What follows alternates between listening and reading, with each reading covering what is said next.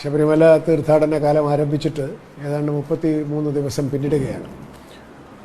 ഈ സീസണിൽ വലിയ പ്രശ്നങ്ങളൊന്നുമില്ലാതെ സുഗമദർശനം സാധ്യമായ ഒരു കാലയളവായിട്ടാണ് ഞങ്ങളിതിനെ കാണുന്നത്. മാധ്യമങ്ങളും അതുപോലെ തന്നെ വന്നുപോയ ഭക്തന്മാരും വളരെ സന്തോഷപ്രദമായിട്ടുള്ളൊരനുഭവമായിട്ട് ഈ തീർത്ഥാടന കാലം കാണുന്നു എന്നുള്ളത് ഞങ്ങൾക്ക് വളരെ ചാരിതാർത്ഥ്യം തരുന്ന ഒരു സംഗതിയാണ്. ഈ വർഷം ഒരുപാട് പ്രത്യേകതകളുണ്ട്. ഒന്ന്, പിന്നെ വരുമാനത്തിൻ്റെ കാര്യത്തിലും മറ്റു വർഷങ്ങളെ അപേക്ഷിച്ച് ഏറ്റവും കൂടുതൽ ഇൻകം ഇതിൽ നിന്ന് ഉണ്ടാകുന്ന ഒരു വർഷം കൂടിയാണ്. ഇപ്പോൾ ഉദാഹരണത്തിന് ഇതുവരെ എൻ്റെ കയ്യിലുള്ള ഏറ്റവും ഒടുവിലത്തെ കണക്കനുസരിച്ചിട്ട് ഏതാണ്ട് 210 കോടി രൂപ ആകെ വരുമാനം വന്നിരിക്കുകയാണ്. ഈ 33 ദിവസം കൊണ്ട് ഏതാണ്ട് 210 കോടി രൂപ വരുമാനം വന്നിരിക്കുന്നു. അതിൽ തന്നെ അതിൻ്റെ പകുതിയിലേറെ 106 കോടി രൂപ അരവണ വിൽപ്പനയിലൂടെയാണ് വന്നിരിക്കുന്നത്. ആദ്യ ദിവസങ്ങളിലൊക്കെ ആദ്യ വാരങ്ങളിൽ അരവണയുടെ വിൽപ്പനയിൽ പ്രത്യേകിച്ചൊരു നിയന്ത്രണവും വരുത്തിയില്ല. കാരണം ആവശ്യത്തിലേറെ കരുതൽ ശേഖരത്തോടു കൂടിയിട്ടാണ് ഈ വർഷത്തെ സീസൺ ആരംഭിച്ചത്. ഏതാണ്ട് 45 ലക്ഷത്തോളം കരുതൽ ശേഖരത്തോടു കൂടിയാണ് ആരംഭിച്ചതെങ്കിലും അഭൂതപൂർവമായിട്ടുള്ള ഈ വിൽപ്പന ഓഫ് ടേക്ക് കാരണം ഒരു ദിവസം നമ്മൾ പ്രതീക്ഷിച്ചത് 3-3.5 ലക്ഷമൊക്കെ പോകുമെന്നുള്ള സ്ഥലത്ത് 4 ലക്ഷത്തിന് മേൽ ശരാശരി വിൽപ്പന എന്നുള്ളതാണ് അരവണയിൽ നമ്മൾ കണ്ടത്. അത് കരുതൽ ശേഖരത്തെ നമ്മൾ വിചാരിച്ചതിനേക്കാൾ കൂടുതൽ പെട്ടെന്ന് ശോഷിപ്പിക്കുന്നതിന് കാരണമായി. ഇപ്പോൾ കരുതൽ ശേഖരമുണ്ട്, ഏതാണ്ട് 10 ലക്ഷത്തിലേറെ കരുതൽ ശേഖരമുണ്ട്. എങ്കിൽ പോലും മണ്ഡലപൂജ എടുക്കുമ്പോൾ ഉണ്ടാകാവുന്ന വർധനവും ഒക്കെ കണക്കിലെടുത്ത് ഒരു ആളിന്, ഒരു ഭക്തന് 20 അരവണ ആയിട്ട് നമ്മൾ തൽക്കാലം ഒരു ചെറിയ ഒരു ക്രമീകരണം വരുത്തിയിട്ടുണ്ട്. അത് എല്ലാവർക്കും കിട്ടണമെന്നുള്ളത് കൊണ്ടാണ് അങ്ങനെ ചെയ്തത്. കാരണം എല്ലാവരും 40-ഉം 60-ഉം ഒക്കെ വാങ്ങിക്കൊണ്ട് പോയാൽ ബാക്കിയുള്ളവർക്ക് കിട്ടാത്തൊരവസ്ഥയുണ്ട്. അതുകൊണ്ട് അതിപ്പോൾ അയ്യപ്പന്മാർക്ക് വലിയൊരു ബുദ്ധിമുട്ടുള്ളതായിട്ട് ഞങ്ങൾക്ക് തോന്നുന്നില്ല. അവരത് സ്വീകരിച്ചിരിക്കുന്നു. ഇനിയിപ്പോൾ മണ്ഡല പൂജയ്ക്ക് വേണ്ടിയിട്ട് 26 കഴിഞ്ഞ് 27-ാം തീയതി നട അടച്ചാൽ 2-3 ദിവസം ഉണ്ടാകും. ആ ദിവസം കൊണ്ട് കുറച്ചുകൂടി ഒരു കരുതൽ ശേഖരം ഉണ്ടാക്കാൻ ഞങ്ങൾക്ക് സാധിക്കും. ഇതാണ് അരവണയുടെ കാര്യത്തിലുള്ള. ബാക്കി എല്ലാത്തിലും വരുമാനം കൂടിയിരിക്കുകയാണ്. ഇന്നിപ്പോൾ എടുത്ത ഒരു തീരുമാനം ചെറിയ തീരുമാനമാണെന്ന് തോന്നുമെങ്കിലും ഒരു വലിയ പരാതിക്കൊരു പരിഹാരം എന്നുള്ള നിലയ്ക്ക് ഈ ഇവിടെ വന്ന് മുറിയെടുക്കുന്നവർക്കും ഈ പൈസ തിരിച്ചു കിട്ടുന്നില്ല എന്നൊരു പരാതി പലപ്പോഴും ആൾക്കൂട്ടം കാരണം, കൗണ്ടറിലുള്ള ആൾക്കൂട്ടം കാരണം അവർ വാങ്ങാതെ പൊക്കളയും.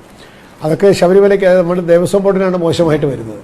ശബരിമലയിൽ മുറിയെടുത്താൽ പണം തിരിച്ചു കിട്ടുന്നില്ല, ഡെപ്പോസിറ്റ് തിരിച്ചു കിട്ടുന്നില്ല എന്നൊക്കെ വ്യാപകമായ പരാതി വന്നതിൻ്റെ അടിസ്ഥാനത്തിൽ ഇന്ന് ഉദ്യോഗസ്ഥന്മാരുമായിട്ട് ചർച്ച ചെയ്തപ്പോൾ ഒരു കാരണവശാലും തിരിച്ചു കൊടുക്കേണ്ട റീഫണ്ട് തുക തിരിച്ചു കൊടുക്കാതിരിക്കരുത്, അതിനുള്ളൊരു സാഹചര്യം ഉണ്ടാകരുത്. മനഃപൂർവ്വം അല്ലെങ്കിൽ പോലും സാഹചര്യങ്ങൾ അങ്ങനെ ഉണ്ടാവുന്നു. കാരണം വലിയ തിരക്കാണെങ്കിൽ ആ കൗണ്ടറിൽ അവർ നിൽക്കില്ല, അവർക്ക് ബസ് പിടിക്കാനുണ്ടാവും, സമയത്ത് തിരിച്ചു പോകാനുണ്ടാവും, അത് ഉപേക്ഷിച്ചിട്ട് പോകും. ഉപേക്ഷിച്ചാലും ഭക്തൻ്റെ മനസ്സിൽ കിടക്കുക, എനിക്ക് കിട്ടേണ്ട 400 രൂപ അവിടെ വെറുതെ പോയല്ലോ എന്ന് കിടക്കുക. അതുകൊണ്ട് റീഫണ്ടിന് വേണ്ടി മാത്രമായിട്ട് എക്സ്ക്ലൂസീവ് കൗണ്ടർ ഈ അക്കോമഡേഷൻ ഓഫീസിൽ അവിടെ ഇനി മുതൽ പ്രവർത്തിക്കും. ആ കൗണ്ടറിൽ വേറെ ഒരു പ്രവർത്തനം ഉണ്ടാവില്ല, ഓൺലി റീഫണ്ട്. അപ്പോൾ അതുകൊണ്ട് ആൾക്കൂട്ടക്കാരന് റീഫണ്ട് കിട്ടിയില്ല എന്ന് പറയുന്ന ഒരു സാഹചര്യം ഇനി ശബരിമലയിൽ ഉണ്ടാവില്ല. അർഹതപ്പെട്ട എല്ലാ പണവും റീഫണ്ട് ചെയ്യാനുള്ള ക്രമീകരണം നമ്മൾ നടത്തുകയാണ്. ഒരു വലിയ പരാതിയാണ്, ചെറിയ കാര്യമായിട്ട് തോന്നാം, 10-500 മുറിയേ ഉള്ളൂ എങ്കിൽ പോലും ഒരു ചെറിയ പരാതി അല്ലാതെ നമ്മൾ അർഹതപ്പെട്ട പണം തിരിച്ചു കൊടുക്കാതെ സൂക്ഷിക്കേണ്ട കാര്യമില്ല. അതിനുള്ള ക്രമീകരണം നടത്തിയിരിക്കുകയാണ്. ഇനി സോഫ്റ്റ്വെയറിൽ ചില മാറ്റങ്ങൾ വന്നാൽ അങ്ങനെ തിരിച്ചു കിട്ടേണ്ട പൈസ ബാങ്കിലേക്ക് തന്നെ തിരിച്ചു പോകാൻ കുറച്ചും കൂടി അത് പരിശോധിക്കേണ്ടതാണ്, അതും ചെയ്യും.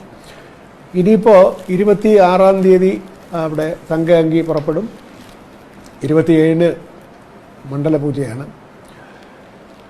26-ന് നമ്മൾ ഇവിടെ ബഹുമാനപ്പെട്ട മന്ത്രിയും സന്നിധാനത്ത് വരും. സന്നിധാനത്താണോ പമ്പയാണോന്ന് എനിക്ക് അത്ര നിശ്ചയം പോരാ. ഏതായാലും ഒരു റിവ്യൂ, മകരവിളക്കിൻ്റെ ക്രമീകരണങ്ങളെ പറ്റിയുള്ളൊരു റിവ്യൂ 26-ാം തീയതി നടക്കും. അത് ദേവസ്വം മന്ത്രി കൂടെ പങ്കെടുക്കുന്ന ഒരു മീറ്റിംഗാണത്. കാരണം മകരവിളക്കിൻ്റെ ക്രമീകരണങ്ങൾ വേറെ തരത്തിലാണ്. മകരവിളക്കിന് വരുന്ന ഭക്തന്മാരുടെ പെരുമാറ്റ രീതികളും അവരുടെ ശീലങ്ങളുമൊക്കെ വ്യത്യസ്തമാണ്. അവർ പെട്ടെന്ന് തിരിച്ചു പോകാനായിട്ട് വരുന്നവരല്ല. അവർ കാട്ടിലൊക്കെ തമ്പടിക്കുക, പർണശാല കെട്ടുക, അവർക്ക് ചില ഇഷ്ടപ്പെട്ട ചില സ്ഥലങ്ങളുണ്ട്, താവളങ്ങളുണ്ട്, അവിടെ നിന്ന് മകരവിളക്ക് കാണുക, ഇങ്ങനെയൊക്കെ ചെയ്യുന്ന ഒരു ശീലമുണ്ട്. അത് തെറ്റാണെന്നല്ല, പക്ഷേ സ്വയം അപകടങ്ങൾ വരുത്തി വയ്ക്കാതിരിക്കാനുള്ള ക്രമീകരണങ്ങൾ, സുരക്ഷിതത്വത്തിൻ്റെ കാര്യങ്ങളൊക്കെ നമുക്ക് നോക്കേണ്ടതായിട്ടുണ്ട്. അതിന് വേണ്ടിയിട്ടുള്ള ക്രമീകരണങ്ങൾ ഇപ്പോൾ 26-ാം തീയതിയുള്ള മീറ്റിങ്ങിൽ എടുക്കും. പാഞ്ചാലിമേട് തുടങ്ങിയ സ്ഥലങ്ങളിലൊക്കെ എന്നാൽ മകരവിളക്ക് കാണാം. പക്ഷേ അപകടം ക്ഷണിച്ചു വരുത്തുന്ന സ്ഥലങ്ങളിൽ പോയി അവർ മകരവിളക്ക് കാണാൻ വേണ്ടിയിരിക്കുന്ന ഒരു സാഹചര്യം ഒഴിവാക്കണം. കാനനപ്പാത വഴി വരുന്നവർക്ക് കൂടുതൽ സൗകര്യങ്ങളും അവരെ പാസ് തുടങ്ങിയ സൗകര്യങ്ങൾ കൊടുക്കേണ്ടതായിട്ടുണ്ട്. അതുപോലെ തന്നെ സത്രം പുല്ലുമേട് വഴി വരുന്നവർക്ക് പലപ്പോഴും ഇവിടെ നമ്മൾ ഈ സ്പോട്ട് ബുക്കിങ്ങിൻ്റെ എണ്ണം കുറച്ചു എന്നൊക്കെ കേൾക്കുമ്പോൾ എല്ലാവരും ആ വഴി വരാനുള്ളൊരു പ്രവണതയുണ്ട്. അത് പലപ്പോഴും അറിഞ്ഞുകൂടാതെ വളരെ ദുർഘടമായിട്ടുള്ള പാതയിൽ വന്നെത്തി പ്രായമേറിയവർ അസുഖമുള്ളവരൊക്കെ അവിടെ കൂടെ ഒരുപാട് ദൂരം നടന്നു വരേണ്ട ഒരു സ്ഥിതിവിശേഷമുണ്ട്.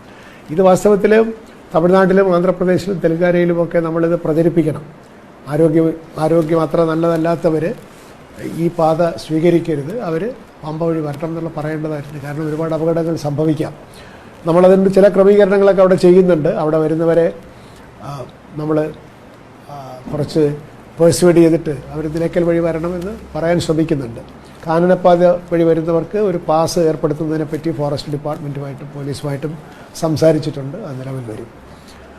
ഇതൊക്കെയാണിപ്പോൾ പൊതുവായിട്ട് വലിയ പ്രശ്നങ്ങളില്ലാതെ നടന്നു പോകുന്ന ഒരു സീസണാണ്. പിന്നെ അന്നദാനം നടത്തുമെന്ന് പറഞ്ഞു. അന്നദാനം നടക്കുന്നുണ്ട്.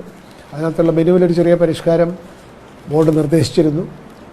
പിന്നെ കേരളീയമായിട്ടുള്ള ഭക്ഷണം കൊടുക്കും, ചോറും കറിയും പിന്നെ പായസവും പപ്പടവും എല്ലാം കൂടെ ചേർത്ത് കൊടുക്കുമെന്ന് പറഞ്ഞിരുന്നു. അത് ഇടയ്ക്ക് സീസൺ ആരംഭിച്ച് പകുതി വെച്ചിട്ടാണ് ഈ തീരുമാനം എടുക്കുന്നത് എന്നുള്ളത് കൊണ്ട് തന്നെ അതിന് ചില പ്രായോഗിക സാങ്കേതിക ബുദ്ധിമുട്ടുകളൊക്കെ ഉണ്ട്. എങ്കിലും നമ്മുടെ ഉദ്യോഗസ്ഥന്മാർ സഹകരിച്ചിട്ട് അത് 21-ാം തീയതി തൊട്ട് പ്രാബല്യത്തിൽ വരുത്താൻ നമ്മൾ ശ്രമിക്കുകയാണ്.